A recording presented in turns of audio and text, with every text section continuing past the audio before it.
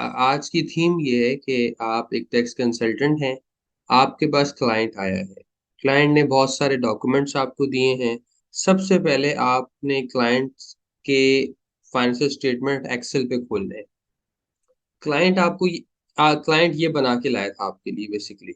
ये अच्छा, मैंने ज़रा श्रिंक कर दी ये चीज़। मैंने प्रॉफिट एंड लॉस अकाउंट को एक ही पेज पे लाना है।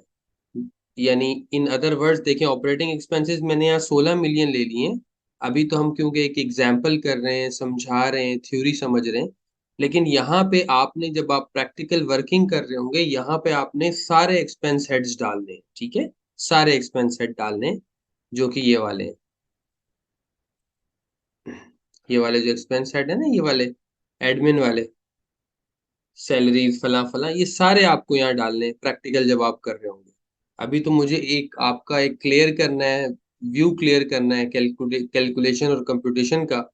और जाहिर है रिमोटली हम पढ़ रहे हैं तो बहुत सारा डेटा बढ़ा देंगे तो कंफ्यूजन ना हो। तो देखें, ये हिस्सा आपको क्लाइंट ला कर देता है कि जी मेरी सेल 75 मिलियन की है। मेरी पर देखें, ओपनिंग क्लोजिंग स्टॉक भी मैंने हटा दिए यहाँ से। अगर होगा आप तो डाल लीजिएगा। परचेज 45 मिलियन है। डायरेक्ट एक्सपेंसेस 8 मिलियन है। तो कॉस्ट ऑफ सेल्स मेरी 53 मिलियन है। और 75 मिलियन में से आप कॉस्ट ऑफ सेल्स माइनस कर देंगे तो ग्रॉस प्रॉफिट आ गया 22 मिलियन का।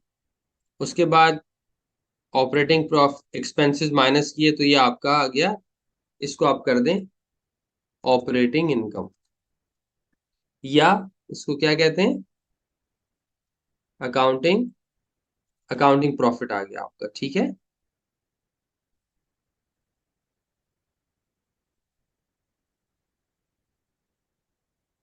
उसके बाद आपने आगे क्या करने, एक्सेल में ये दो कॉलम बढ़ा देने। एक कॉलम ये वाला, बहुत स्लो स्लो चलूंगा, बहुत स्लो स्लो चलूंगा, पुरसुकून होके देखिएगा। और एक ये वाला कॉलम।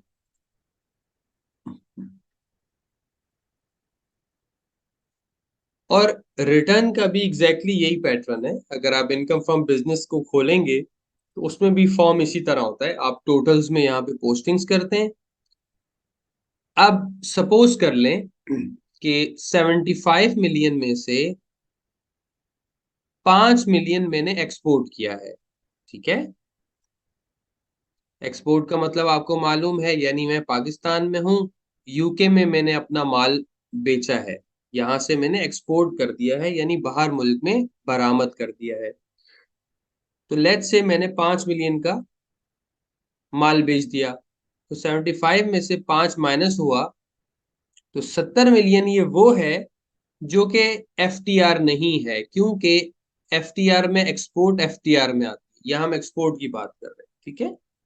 एक्सपोर्ट का सेक्शन कौन सा है, 154।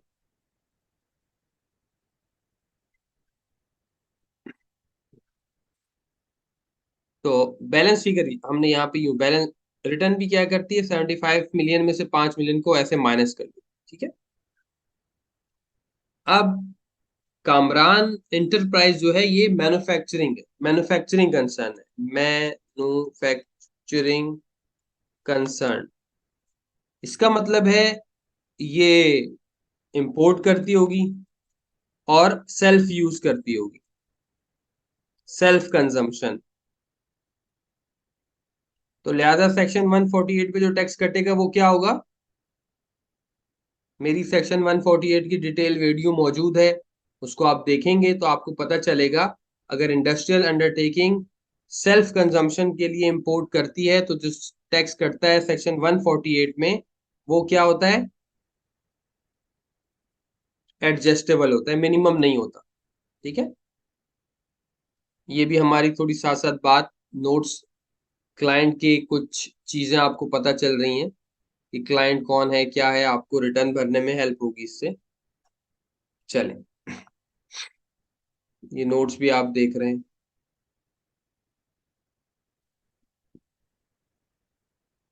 डिस्कनेक्ट हो गया है मुबीन, तो आप दोबारा से ज्वाइन करें, अभी भी हमने बात शुरू की है। ओके। अब आपको ये चैलेंज आएगा कि ये 53 मिलियन तो टोटल की कॉस्ट है, तो इसको एक्सपोर्ट में कैसे प्रोपोर्शनेट निकालें इसका। यानी एफ टी जो है 5 मिलियन की एक्सपोर्ट है, इसके लिए कॉस्ट ऑफ सेल्स कितनी खर्च हुई। जाहिर है बैलेंसिंग फिगर हमारी एनटीआर के लिए होगी, ये मैं अभी बताता हूँ, एनटीआर एमटीआर ये बताता हूँ। अभी सिर्फ हम इसको प्रोपोर्शनेट करना सीखते हैं। तो आप क्या कर लें, सिंपल, 5 मिलियन को आप डिवाइड कर दें टोटल सेल से। तो इसका मतलब ये हुआ कि जो टोटल सेल है उसमें से 6.67% एक्सपोर्ट्स है। और इसी तरह से एनटीआर को डिवाइड कर लें टोटल सेल से, तो इसका मतलब है हमारी सेल्स में जो 93.3% है हमारी डोमेस्टिक सेल्स ही हैं, और ये सब्जेक्ट टू नॉर्मल टैक्स।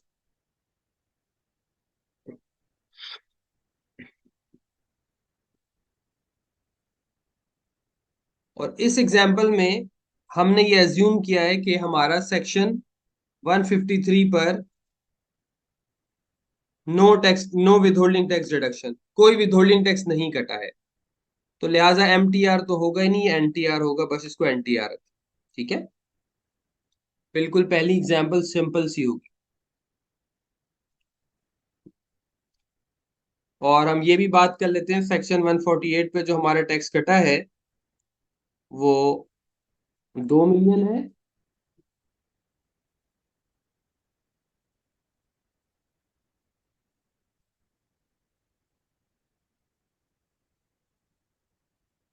और सेक्शन 153 में जो टैक्स कटा है वो 0 है।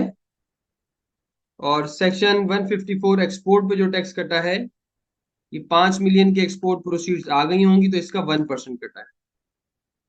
ठीक है, ओके, यहाँ तक सब मुझे फॉलो कर रहे हैं, बिल्कुल आराम आराम से चल रहा हूँ।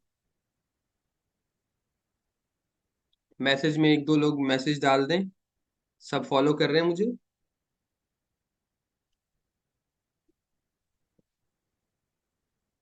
ठीक है,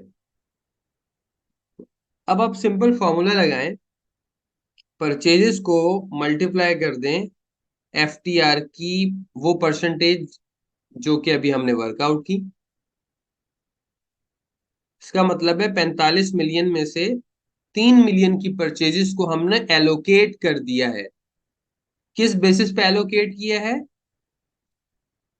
सेल्स की बेसिस पे एलोकेशन कर दी एक्सपेंसेस की, इसको आप बोलेंगे सेल्स की बेसिस पे एक्सपेंसेस की एलोकेशन हो रही है ये। इसी तरह 8 मिलियन की भी एलोकेशन कर दें, बैलेंसिंग फिगर यहां आ गई। ठीक है, आइए, यहाँ तो आप फॉर्मूला लगा दें, sales minus cost of sales, इन दोनों को ऐड करें तो देखें 22 मिलियन आया, ये देखें 22 मिलियन। ऑपरेटिंग एक्सपेंसेस को भी एलोकेट कर दें, एलोकेशन कर दें इसकी भी, या फार्मूला अपडेट नहीं था तो हमने फार्मूला अपडेट कर दिया। तो देखिए ग्रॉस प्रॉफिट जो एफटीआर का है उसमें से आप माइनस कर दें एक्सपेंसेस। अब देखें क्या मतलब हुआ कि मेरी जो एक्सपोर्ट्स है, एक्सपोर्ट सेल से मेरा प्रॉफिट आया है 3,83,333।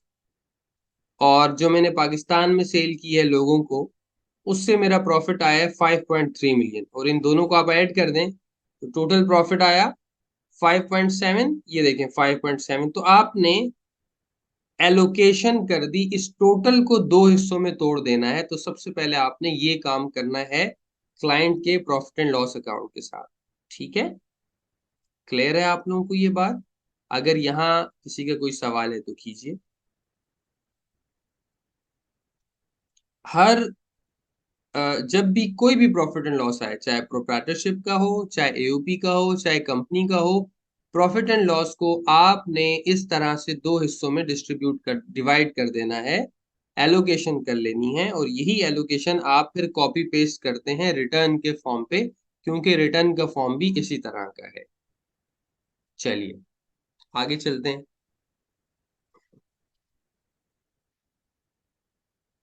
मैं चैट चेक कर लूं, किसी का सवाल नहीं है, वेरी गुड। ओके, अब हम आगे आए। अब हमें कंपटीशन बनानी। हमने अभी ये किया कि एफटीआर की एक्टिविटी को अलग कर दिया और एनटीआर की एक्टिविटी को अलग कर दिया। आपके ये सवाल होंगे कि भाई विथहोल्डिंग टैक्स कस्टमर ने काटा, क्या हुआ? मैंने विथहोल्डिंग टैक्स का आपको कह दिया, कोई टैक्स कस्टमर ने काटा ही नहीं है 153 में। तो अब दिमाग से वो निकाल दें, हम सिंपल वर्किंग कर रहे हैं। तो अब आप यहां लेंगे नेट प्रॉफिट, बल्कि इसको कह दें अकाउंटिंग प्रॉफिट।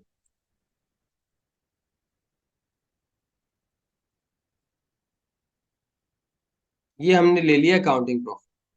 इसका तो कुछ करना ही नहीं, 5.3 मिलियन का कुछ नहीं करना, हमें इस प्रॉफिट से गर्ज है। ठीक है, अब आप इसके अंदर क्या करेंगे? इनकम इनकम टैक्स रिटर्न में एक फॉर्म होता है, जब आप प्रॉफिट एंड लॉस स्टेटमेंट भर लेते हैं तो एडमिजिबल इन एडमिजिबल एक्सपेंसेस का, इनकम्स का एक फॉर्म होता है, जहां आप एक्सपेंसेस को ऐड बैक करते हैं जो इनएडमिजिबल होते हैं, और जो एडमिजिबल होते हैं उनको लेस कर देते हैं। फॉर एग्जाम्पल,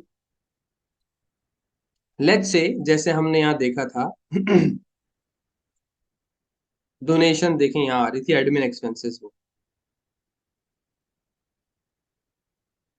ये देखिए, 2,10,000 रुपए की डोनेशन आ रही थी।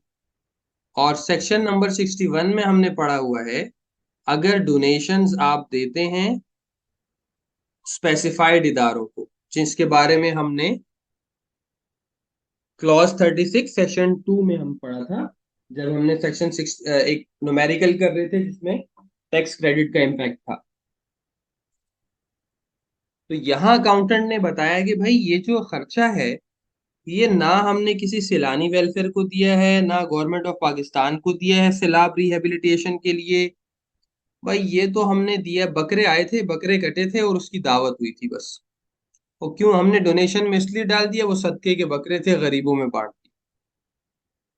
या उन्होंने कहा कि हमने मस्जिद में चंदा दे दिया या गरीबों की मदद कर दी, तो ये तो एडमिसिबल एक्सपेंस ही नहीं है। और सेक्शन 21 में हमने पढ़ा एडमिसिबल खर्चा कौन सा होता है, जो बिजनेस से रिलेटेड होता है। तो लिहाजा आप ऐड बैक करें। तो अब यहां लिख दें add in in in admissible expenses. अच्छा, यहाँ तो मैं आपको ऐसे करके बता रहा हूँ, लेकिन रिटर्न में आपके पास कॉलम्स होते हैं, आप ऐड कर देते हैं। तो वो तो मैटर ऑफ अंडरस्टैंडिंग है, लेकिन कॉन्सेप्ट तो यही आपको क्लियर करना है। रिटर्न भरना तो कोई मसला नहीं है। आप लोगों में से किसी के पास अगर एओपी का कोई अकाउंट ऐसे ब्लैंक पड़ा हो तो शेयर कर दीजिएगा, तो वो हम यहाँ पे भर के देख भी लेंगे। तो हमने यहाँ कर दिया, डोनेशन एक्सपेंस ऐड बैक हो जाएगा भाई इसमें। कितना था? 2,10,000 रुपए का। अच्छा, अच्छा, एक बात और याद रखें, अकाउंटिंग डेप्रिसिएशन और टैक्स डेप्रिसिएशन भी अलग होता है। क्यों अलग होता है? फॉर एग्जाम्पल, मैं आपको मिसाल देता हूं। मैनेजमेंट फाइनेंशियल स्टेटमेंट्स मैनेजमेंट बनाती है। ठीक है, मैनेजमेंट की पॉलिसी है कि हम जो प्लांट एंड मशीनरी खरीदेंगे उसको 10% से डेप्रिशिएट करेंगे हर साल। फॉर एग्जाम्पल, अगर 100 रुपए का प्लांट एंड मशीनरी लिया तो हर साल हम 10 रुपए डेप्रिशिएट करेंगे। लेकिन इसके बरक्स, हमें तो टैक्स डेप्रिसिएशन लेना होता है। अगर आपने 100 रुपए का प्लांट एंड मशीनरी नया लिया है, तो इस पे तो इनिशियल अलाउंस मिलता है आपको सेक्शन 23 का 15 कितना है, एक मिनट रुकिए चेक करते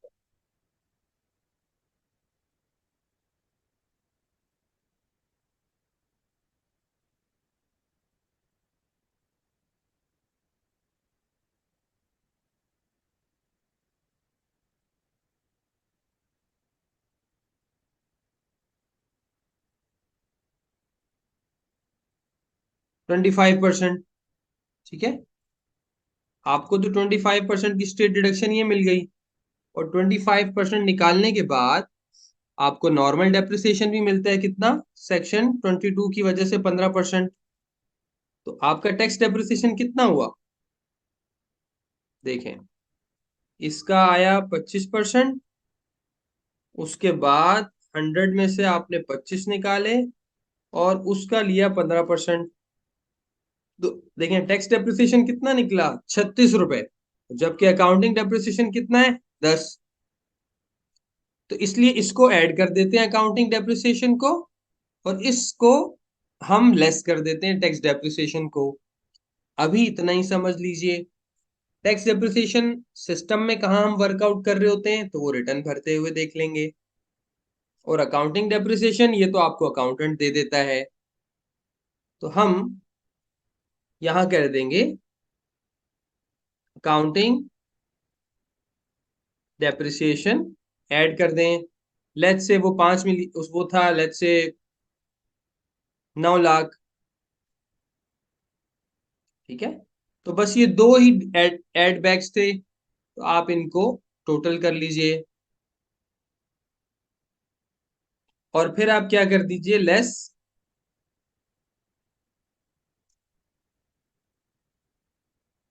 एडमिसिबल डिडक्शंस। तो यहां आप लिख दे टैक्स डेप्रिसिएशन। स्पेलिंग वगैरह इस पे ज्यादा अगर गलत भी हो तवज्जो मत दीजिएगा। 12 लाख या आप माइनस कर दें, तो आपका इसमें आप अकाउंटिंग प्रॉफिट में ये ऐड बैक कर दें जो इन एडमिसिबल एक्सपेंसेस हैं, और माइनस कर दें जो एडमिसिबल एक्सपेंस है, यानी जो अलाउड है। तो आपका इसको अब आप बोलेंगे टैक्सेबल इनकम। ठीक है, ये आ गई मेरे भाई 5.2 मिलियन की टैक्सेबल इनकम। इस पे आपको टैक्स लगाना है। यहां तक आप सब लोग मुझे फॉलो कर रहे हैं? प्लीज मुझे बताइए चैट पे, किसी का कोई सवाल यहां तक? अब आप क्या करेंगे, टैक्सेबल इनकम के बाद आप माइनस कर देंगे डिडक्टेबल अलाउंसेस।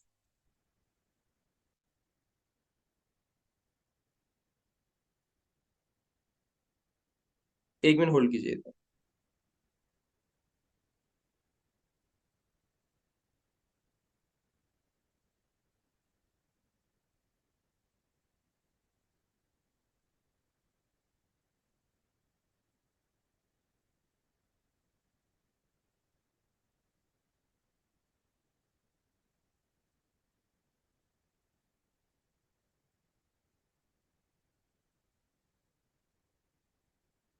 तो डिडक्टेबल अलाउंसेस,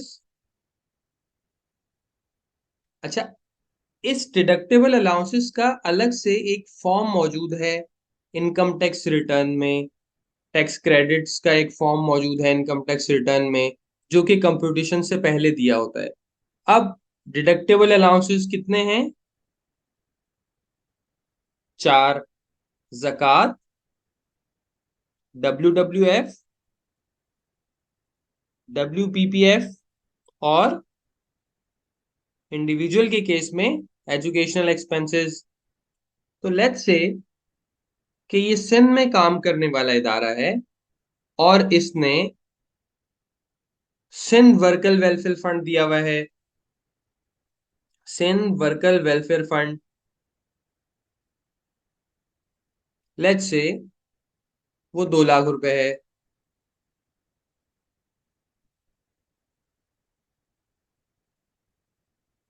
तो ये डिडक्टेबल अलाउंस, बल्कि हम एक आसान सी मिसाल ले लेते हैं। सपोज कर लें कि इनके, क्योंकि FWWF लिखूंगा तो आप लोगों के जहन में आ जाएगा भाई ये क्या परसेंट होता है, तो मैं ये सवाल नहीं रेस कराना चाहता अभी। तो इनका एक सेविंग अकाउंट था, किसका, AOP का, कामरान इंटरप्राइज का। तो जब रमजानुल मुबारक आए तो सेविंग अकाउंट से इनके पैसे कट गए जक़ात के 2 लाख रुपए। तो जक़ात सीधा सीधा डिडक्टेबल अलाउंस हो गया। तो इनका अब जो टैक्सेबल इनकम आई वो आ गई 5 थोड़ा नीचे कर लेते हैं, 5.07 मिलियन।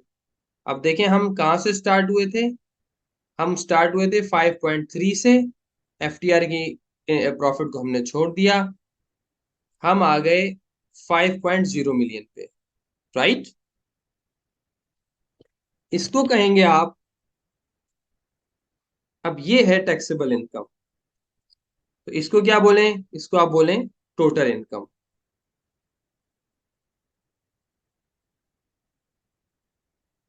अच्छा, ये मैं बना के भी ला सकता था आपके लिए, लेकिन मैंने खुद चाह के साथ साथ टाइपिंग भी करें, बताते भी रहें, स्लो भी हम रहेंगे, कोई क्वेश्चन हो तो आप कर भी सकें। अब ये आ गई टैक्सेबल इनकम, राइट। अब यहाँ पे कॉन्सेप्ट अप्लाई करेंगे आप फर्स्ट क्लास का। हमारे कितने पार्टनर हैं, हमारे 4 पार्टनर्स हैं, 4 पार्टनर्स, और हर एक का शेयर क्या है, 25% ईच, ठीक है। और एक पार्टनर जो है लिमिटेड कंपनी है। फिर क्या हमने बात की थी, लिमिटेड कंपनी के केस में क्या होगा, लेस शेयर ऑफ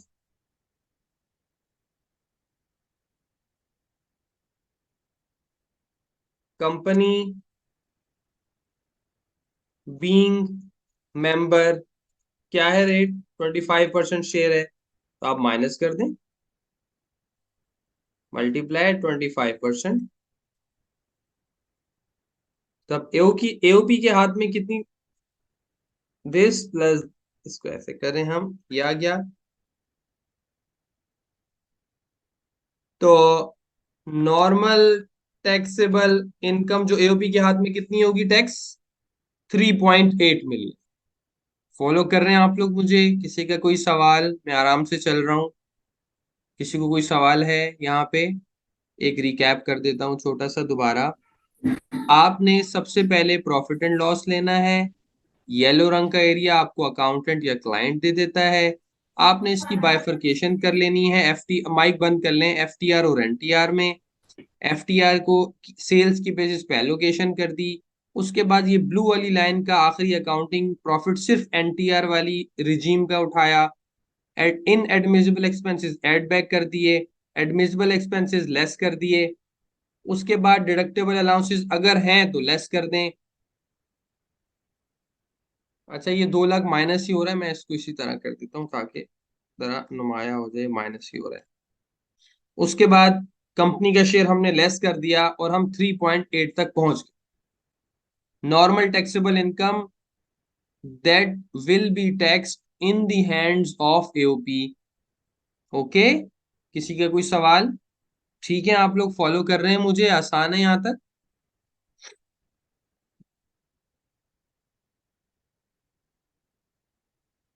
अब ये टोटल इनकम आई, डिडक्टेबल अलाउंसेस माइनस किए, जक़ात माइनस की, टैक्सेबल इनकम आ गई, कंपनी का शेयर माइनस कर दिया, अब 3.8 मिलियन आ गया। अब इस 3.8 मिलियन पे टैक्स लगेगा, कैसे लगेगा देखें। अच्छा, हम कर रहे हैं टैक्स ईयर 24 के लिए जो आगे क्लोज होगा। ये देखिए, ये मैंने ऑर्डिनेंस खोल लिया था। ऑर्डिनेंस में मैंने आपको बताया था फर्स्ट शेड्यूल, ये देखें, फर्स्ट शेड्यूल पार्ट 1, पार्ट 1 में डिवीजन 1 के जो रेट हैं, ये जो देखें लाइन के नीचे होता है, ये पुरानी चीजें होती हैं, इनको नहीं देखना, ओमिटेड।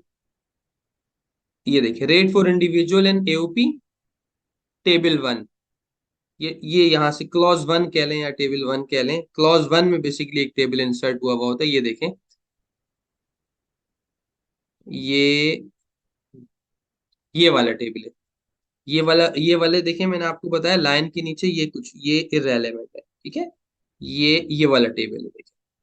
अब हमारा प्रॉफिट कितना आ रहा था, हम देख लेते हैं। हमारा प्रॉफिट एक्सेल तो आपके सामने नहीं होगा, 3.8 मिलियन आ रहा था। तो 3.8 मिलियन देखें कहाँ फॉल कर रहा है, यहाँ फॉल कर रहा है। इसका मतलब क्या है, 3 मिलियन तक 4,65,000,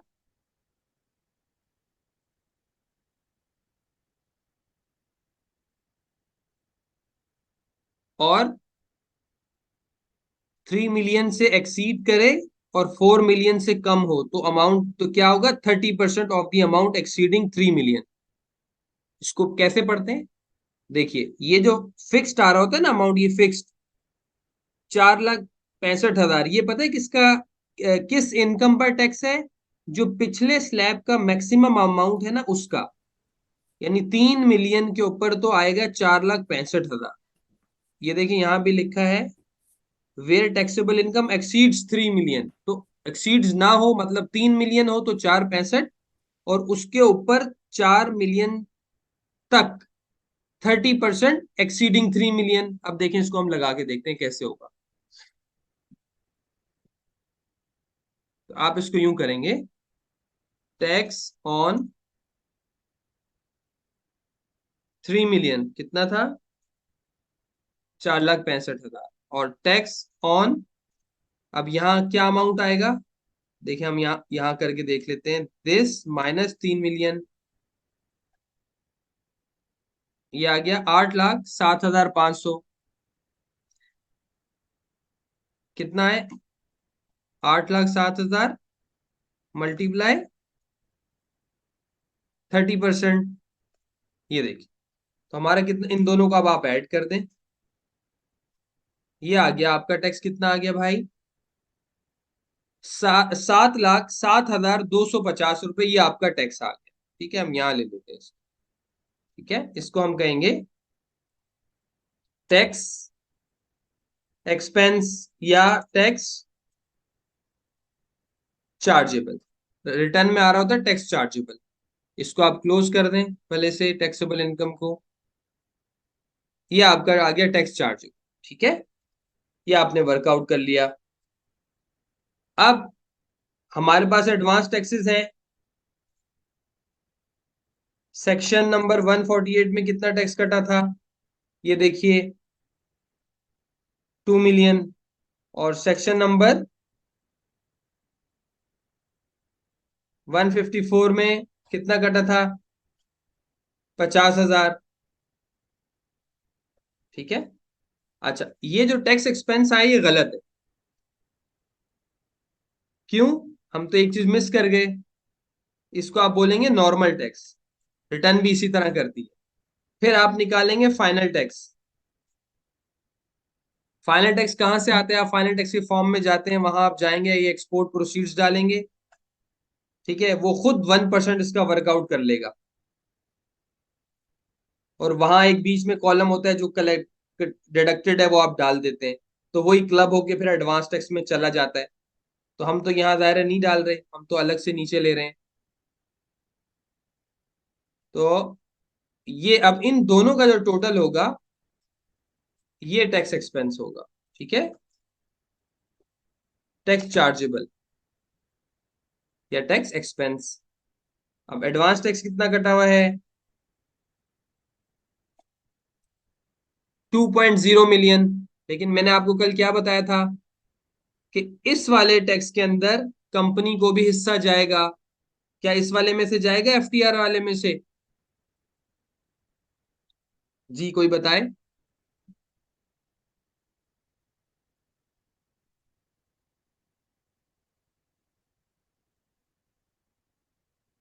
नहीं जाएगा, क्यों नहीं जाएगा? इसलिए नहीं जाएगा क्योंकि हमने यहां देखें उसको नॉर्मल इनकम दी है ना, 5.0 मिलियन में से 1.26 मिलियन दिए हैं।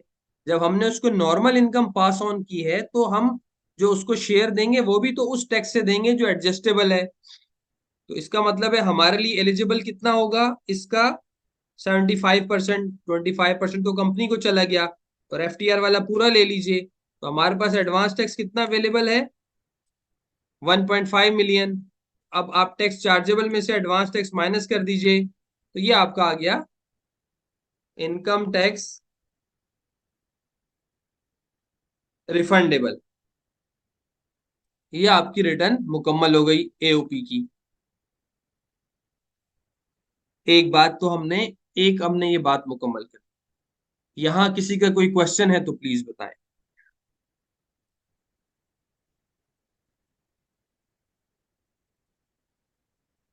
लास्ट पॉइंट समझ नहीं आया, एक मिनट अभी रिपीट कर देते हैं, कोई बात नहीं का। शेर अली कह रहे हैं we will see these question in 161।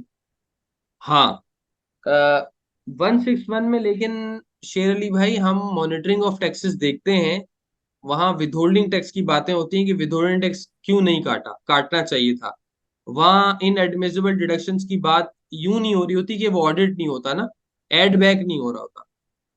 अच्छा, चले दोबारा बता देते हैं। एहतशाम, यहां तक आपने मुझे फॉलो किया कि भाई मेरी नॉर्मल टैक्सेबल इनकम आ गई 3.8 मिलियन।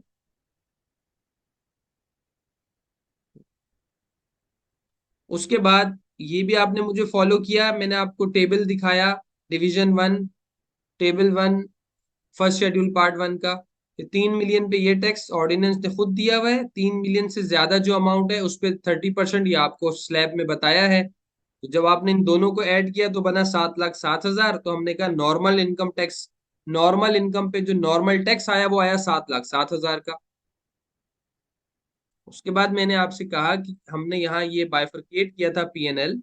एफटीआर के अंदर मैंने आपको बताया था एफ टैक्स रिजीम के चैप्टर में कि एफटीआर के अंदर जो टैक्सेशन होती है वो ग्रॉस रिसीट बेसिस पे होती है। इस प्रॉफिट का हम कुछ नहीं करते, हम इस रिसीट को लेते हैं 5 मिलियन को, और इस पे जाहिर है 1% टैक्स लग जाएगा। 5 मिलियन का 1% हमने निकाला तो फाइनल टैक्स आ गया। ये 5 मिलियन का 1% निकाला तो फाइनल टैक्स आया।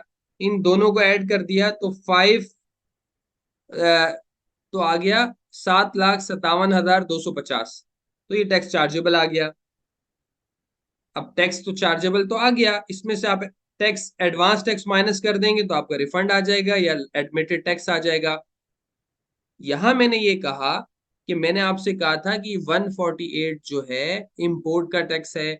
और इंपोर्ट के लेक्चर में मैंने बताया हुआ है कि अगर कोई इंपोर्टर इंडस्ट्रियल अंडरटेकिंग है या आप आसान अल्फाज में मैन्युफैक्चरर है, जैसे कि ये हमारा एओपी है, तो इसके लिए ये टैक्स मिनिमम नहीं होता।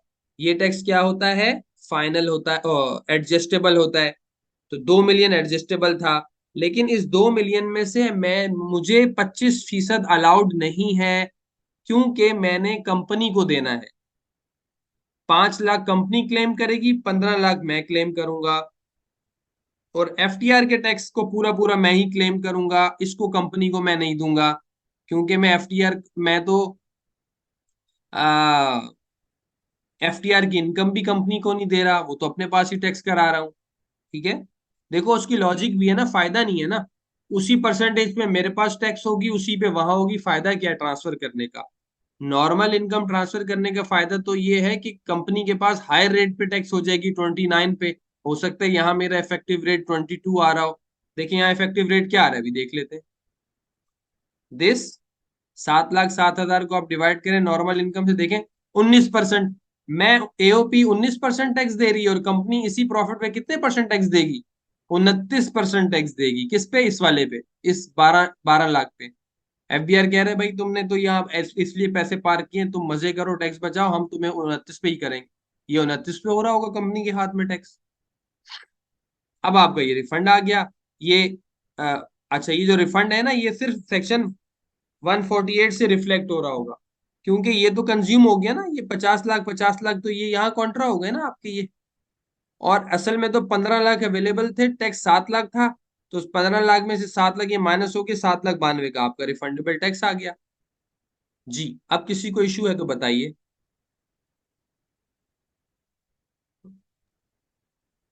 इसमें तो एक सवाल ये है कि हम वो दूसरा वाला टैक्स हमने जो मिनिमम टैक्स रेट 1.5% सेल का है वो क्यों नहीं अप्लाई करके देखा? उससे ज्यादा टैक्स तो नहीं बन रहा? टर्नओवर टैक्स इसलिए नहीं निकाला कि मेरी सेल 100 मिलियन ही नहीं है। मैं आप लोगों को वहां भी नहीं लेके जा रहा था ना, वहां ले जाना ही नहीं चाह रहा था। मिनिमम टैक्स इसलिए नहीं मैंने वर्कआउट किया क्योंकि एप्लीकेबल ही नहीं है ओपी, सेल 100 मिलियन नहीं है। अगर सेल 100 मिलियन से कम हो तो मिनिमम टैक्स अप्लाई नहीं होता? नहीं, जी, ऐसे ही।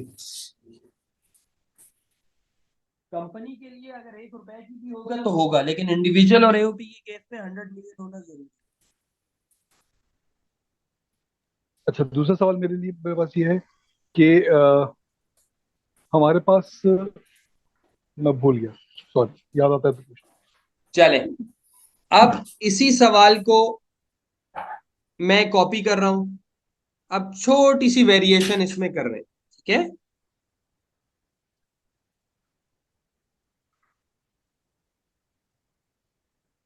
देखें, अब आ गया, पूछूं? एक मिनट खुरम भाई, अभी अभी लेता हूँ मैं सवाल। अब छोटी सी वेरिएशन कर रहे हैं। अब ये कामरान इंटरप्राइज जो है ना, कमर्शियल कंसर्न नहीं है, ये है, ओ मैन्युफैक्चरिंग कंसर्न नहीं है, ये है कमर्शियल इंपोर्टर। तो इसका मतलब है ये क्या कर रही है, ट्रेडिंग। इसका मतलब है 148 क्या है, कौन बताएगा? एडजस्टेबल है, फाइनल है, मिनिमम है? फाइनल है। मिनिमम, मिनिमम है। फाइनल। नहीं भाई, फाइनल तो सिर्फ एक्सपोर्ट, एक्सपोर्ट ही रह गया है। 148 मिनिमम है, मिनिमम है, मिनिमम है। ठीक है। हाँ, मिनिमम होगी इसकी। फाइनल कब तक था पता है? कौन बताएगा किस साल तक फाइनल था? एनीवन, तुक्का गेस। Sir previous year. 2019 तक फाइनल था, 20 से ये मिनिमम हो गया था। मेरा ओके तुक्का चल गया। जी। तो 153 का टैक्स नहीं कटा, सारी चीजें वैसी ही हैं। अब देखें क्या होगा कैलकुलेशन में, गौर से सुनिएगा। सब कुछ वैसे ही रहेगा, सिर्फ यहाँ पे आपको कौन, यहाँ एनटीआर एमटीआर लिखना नहीं, मैंने एमटीआर कर दिया बस। सारी चीजें वैसे की वैसी रहेंगी। अब इसको हम एनटीआर नहीं कहेंगे, एमटीआर कहेंगे। और एनटीआर और एमटीआर एक ही चीज है, फर्क सिर्फ नीचे आएगा, अभी मैं आपको दिखा रहा हूं। और रिटर्न के अंदर देखें, यहाँ लिखा होता है टोटल, यहाँ लिखा होता है एफटीआर, एग्जाम, और यहाँ आ रहा होता है नॉर्मल। तो ये एनटीआर हो, मैंने शुरू में काटा था ना एनटीआर ऑब्लिक एमटीआर को, तो यह एनटीआर एमटीआर एक ही बात है। और एनटीआर एमटीआर क्या है, वो हम टैक्स रिजीम में बहुत आसानी से समझ भी चुके हैं, और यहाँ भी दोबारा समझ लें। एनटीआर तो आपने समझ लिया, नॉर्मल टैक्स रिजीम में देखें भाई, आप रिफंड लेके बैठ गए, आप तो एफबीआर को बोलोगे लाओ भाई मेरे को बड़ी मेहरबानी मुझे रिफंड दे दो, कितना रिफंड दे दो? 7,92,750 रुपए का आप रिफंड की एप्लीकेशन डाल दोगे रिटर्न के साथ।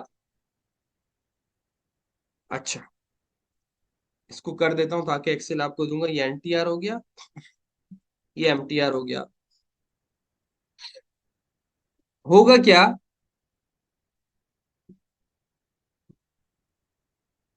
शेर अली भाई ने भी जवाब दिया, वेरी गुड। चलें, यहां तक बिल्कुल same. No, no, no, no, no, no change, no change, no change. Okay, no change, no change. अब यहां होगा ये कि जो 148 है ना, मेरा नॉर्मल मेरा टैक्स कितना आया? एफटीआर का तो देखिए मसला ही नहीं है ना, आपको समझाने के लिए मैं हटा रहा हूँ। 50,000 ये भी हटा दें, 50,000 ये भी हटा दें, इसका तो कोई इम्पैक्ट ही नहीं आ रहा। वो तो एट सोर्स कट गया, बात खत्म। आपका टैक्स बना 7,07,000, और आपके पास अवेलेबल है कंपनी को देने के पास 15 लाख। और आप कितना मांग रहे हैं गवर्नमेंट से? 7,92,000 कह रहे हो भाई मुझे वापस कर दो। गवर्नमेंट ने खामोशी से एक फार्मूला लगाया कि भाई कमर्शियल इंपोर्टर का जो 148 है इसको मिनिमम कर दो। अच्छा, पहले भी फाइनल था, पहले भी रिफंड नहीं मिलता था, लेकिन ये कॉन्सेप्ट समझ लें, क्योंकि यहाँ अगर इस बात को अप्लाई करेंगे भाई कमर्शियल इंपोर्टर पहले फाइनल था तो पहले भी रिफंड नहीं मिलता था, अब भी नहीं मिलता था। लेकिन ये कॉन्सेप्ट समझ लें, उसकी वजह ये हर जगह ये चीज इसी यानी इसी कॉन्सेप्ट के साथ एप्लीकेबल नहीं है। बहुत सारे लोगों का आप देखेंगे नुकसान भी हो रहा है। वो कैसे? सेक्शन 153 एक टाइम पे एडजस्टेबल था सप्लाईज पे, अब अगर वो एडजस्टेबल नहीं है, मिनिमम है, तो वो जाया हो जाता है। कैसे? अभी आप देखें होता क्या। तो अब हो ये रहा है कि आपका तो 7,92,000 ज्यादा कट गया, तो मिनिमम टैक्स होने की वजह से आप इसको कैरेट फॉरवर्ड नहीं कर सकते। तो लिहाजा रिटर्न क्या करती है, आपने देखा होगा, एक कॉलम ऐड कर देती है, डिफरेंस ऑफ मिनिमम टैक्स। हम परेशान होते हैं क्या हो गया, वो इस अमाउंट को ना, ये जो 792 बेसिकली इस अमाउंट को यहां डाल देती है, और टैक्स चार्जेबल बढ़ जाता है, आपका रिफंड जीरो हो जाता है, नो रिफंड।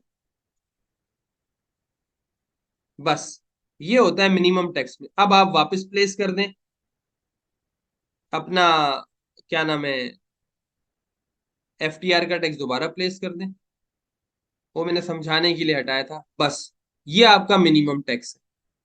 और ये आपका नॉर्मल टैक्स है। नॉर्मल टैक्स में आप रिफंड लेने चले गए, मिनिमम टैक्स में आपको कुछ भी नहीं मिला। जिसका क्लियर नहीं हुआ वो मुझे बताए। जिन्होंने पार्टनरशिप, इसका मतलब अगर मैन्युफैक्चरिंग है तो वो रिफंड क्लेम कर सकती है मिनिमम टैक्स की, से पहले वाला जो हमारे साथ सवाल था कि जी अगर पार्टनरशिप है और मैन्युफैक्चरिंग है, ठीक हाँ है, एओपी है, तो हाँ, अगर उसको कोई रिफंड निकलेगा तो वो क्लेम कर सकती है, कर वो सकती मिनिमम है। टैक्स में नहीं आता। हाँ मिनिमम टैक्स में देखें, मिनिमम टैक्स में नहीं आएगा, लेकिन यहां पर हमने ये याद रखें, अभी हमने सिर्फ 148 लिया है ना, लेकिन आप ये सोचें हम्म। 148 की वजह से एडजस्टमेंट हमें मिली है। लेकिन लेकिन चलें चलें चलें, अच्छा सवाल है, गुड। हम एनटीआर पे ही हैं, हम इसकी एक और कॉपी बनाते हैं। बल्कि बल्कि कॉपी बनाने की क्या जरूरत है, सेम क्वेश्चन है ना। अच्छा आप कह रहे थे मैन्युफैक्चरिंग आप करना चाहते हैं, ठीक है, हम एनटीआर को मॉडिफाई करते हैं। एनटीआर 2 की आप देखते हैं क्या होगा। 148 पे भाई कुछ नहीं कटा हुआ, पूरम भाई, कुछ भी नहीं कटा हुआ 148 पे। ये 2 मिलियन जो कटा हुआ है ना, हमारे लोगों ने काटा है, ठीक है।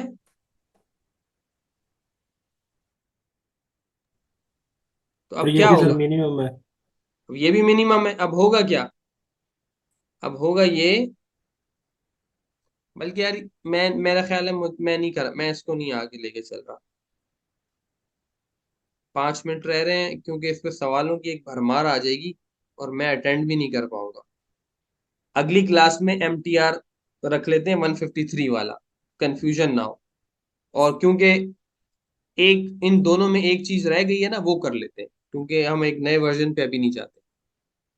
अच्छा, अब आपको पता है इंडिविजुअल पार्टनर के हाथ में डिविजिबल इनकम जाती है, जो इनकी इनकम में ऐड होती है सेक्शन 88 के लिए। तो डिविजिबल इनकम निकाल लेते हैं। डिविजिबल इनकम कैसे आएगी, टैक्सेबल इनकम लेस टैक्स।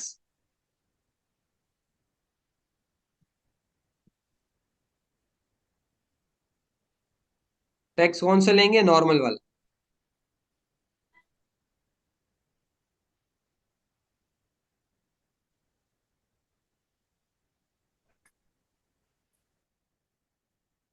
ये कौन सी इनकम है, ये है exempt income to be added in normal income of individual for rate purpose, ठीक है। ये हमने एक अमाउंट निकाल लिया। अच्छा, इंडिविजुअल के लिए रेट पर्पस में ऐड होने का मतलब क्या है, वो भी इधर ही देख लें। अब इसके अंदर एक साहब थे पार्टनर मिस्टर ए, उनकी सैलरी इनकम थी 2 मिलियन।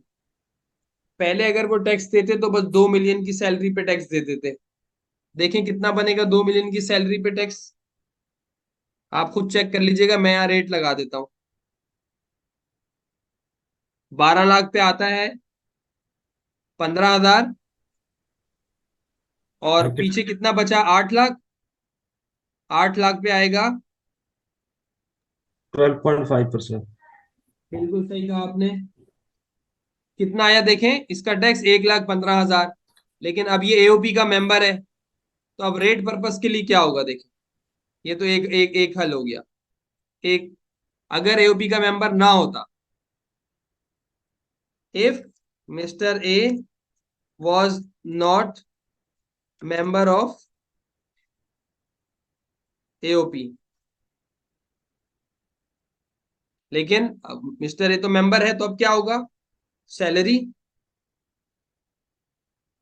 शेयर ऑफ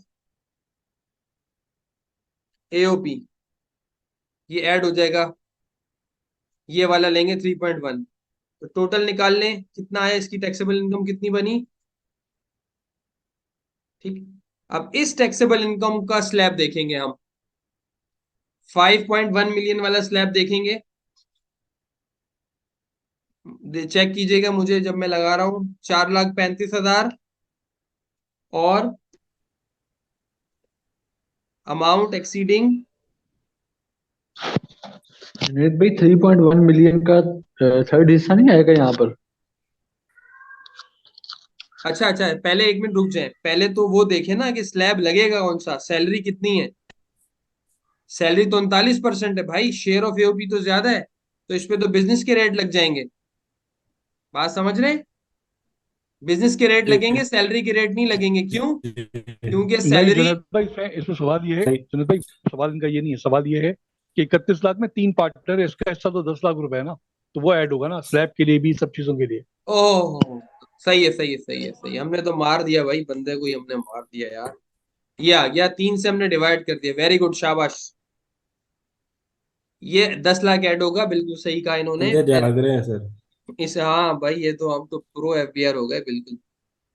अच्छा, चलें, जबरदस्त, इसको कर दें 3 मेंबर्स। चलें, ये अच्छा हुआ आपने क्लियर कर दिया, जबरदस्त। ओके, अब ये हो गया 33 लाख। अब हमने क्या किया, सैलरी को डिवाइड किया टैक्सेबल इनकम से। सैलरी के रेट अब नहीं लग सकते, क्यों नहीं लग सकते? क्योंकि 75% से ज्यादा है ही नहीं सैलरी, तो अब बिजनेस के रेट लगेंगे। अब बिजनेस के रेट देखें क्या है 3 मिलियन पे।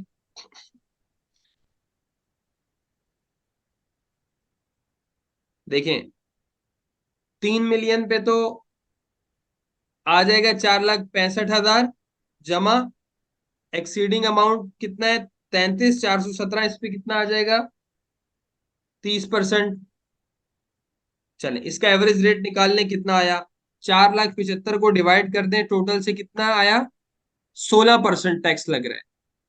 अब इस एवरेज रेट को क्या करेंगे आप लोग, सैलरी इनकम पे लगा दें। अब दोबारा आप सैलरी इनकम ले लें, कितनी थी?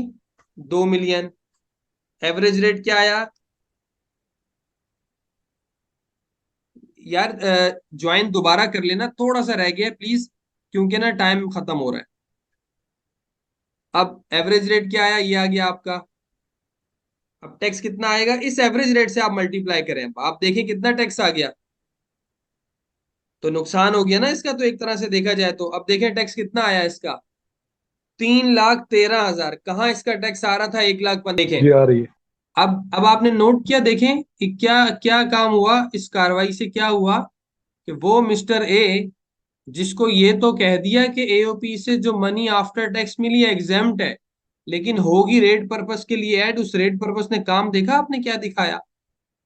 उस गरीब की का जो टैक्स है 1,15,000 से बढ़कर कहाँ चला गया, 3,13,000 रुपए पे। ये बात समझ आई आप लोगों को? ये क्या नाम है, वो है आज हमारे साथ, उनका सवाल था, दिन में आया था मेरे पास, नहीं है, अच्छा, ज्वाइन नहीं किया उन्होंने, ठीक है जी। ये आप लोग जो मौजूद हैं, आप लोगों को क्लियर हुई ये बात? जी जी सर। समझ में आ गया। मैं रिपीट भी कर देता हूँ एक दफा, देखें। हमने कहा कि मिस्टर ए एक पार्टनर थे जिनकी सिर्फ 2 मिलियन की सैलरी थी, तो सैलरी का टैक्स लगा 1,15,000। लेकिन एओपी के जब पार्टनर बनेंगे तो सैलरी और एओपी का शेयर ऐड हो गया और इनकी टैक्सेबल इनकम 3 मिलियन आ गई।